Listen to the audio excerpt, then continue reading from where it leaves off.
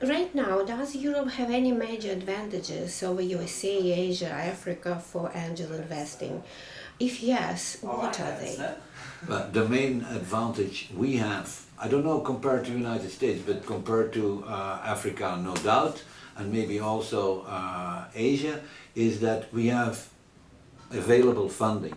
Yeah, there is too much money around, and that is not entirely being invested in whatever ventures that can be. So that is the advantage. For the rest, Europe is not more creative, Europe is not better or whatever than the other continents, but I think we have one advantage, that is that funding and investors are looking for opportunities to invest because we have too much available money. You personally have created a number of angel networks, and also you are personally on board of some medium-sized companies. Do Belgium angel investors invest abroad? Do foreign companies come to look for funding in Belgium? If we talk about angel investment, well, first of all, a lot of potential business angels are what I call virgin angels. They have money ready to invest, but they're very much risk averse because they're still virgin. They never did it. So the first time is always very important, but before they do it the first time, they need to overcome a lot of hurdles. Yeah? So in order to answer your question, no, because already angel investment in Belgium is not normal. And second of all, we have a lot of virgin angels, and so it is already risky for them to invest in Belgium, not to talk about investing abroad. So the answer is very seldom, very seldom. And the other way around, no, of course, because angel investment need always to be at arm's length. They need to know each other quite well on the one hand, and on the other hand don't need to be too familiar. So again, the answer is very few business angels invest abroad. In search of funding, lots of entrepreneurs lose faith in their own abilities and ideas by approaching the wrong funding sources. Who should not approach angel investors at all? In fact, every entrepreneur and every company could approach angel investors and vice versa. But when I look at your question, then I say family, real family business with low ambitions in order to innovate, low ambitions for going internationally, low ambitions for growth. They don't need, they don't want, they must not attract angel investment. Professor, if you personally were an entrepreneur in search of funds, how would you choose your angel investor? What would be your criteria? If I would choose an angel investor for funding, I would go for, first of all, he or she needs to be loyal. I need to be able to count on him or her 24/7.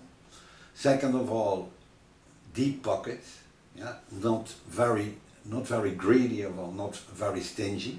So deep pockets, sufficient additional funding for potential opportunities, experience in my industry, being helpful or being able to help me with networking, giving me other people, names, introductions and so on.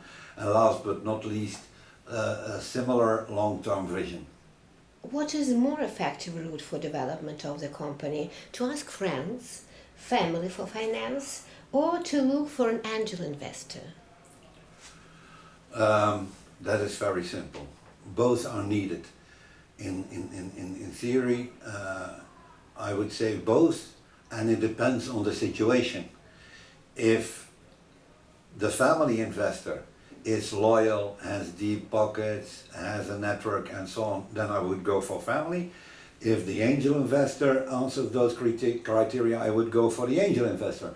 So I don't care if it is family or friends or angel investors, although in general I would say friends is a little bit tricky because you walk and talk with friends, but you don't invest with friends. But that's a cliche.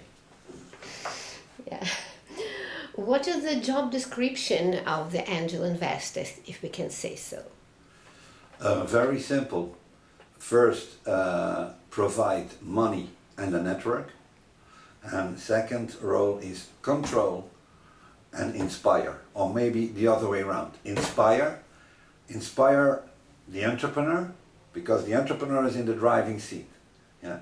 So the angel investor is in the back seat. So the angel investor should inspire him or her as an entrepreneur, but at the same time control. That he's not driving too fast, that he's not driving too slowly, and so on. But the first role is, of course, providing money. Otherwise, you don't talk about angel investors. Can you please describe the ideal relationships between an angel investor and the entrepreneur? Yes, that depends on my previous answer.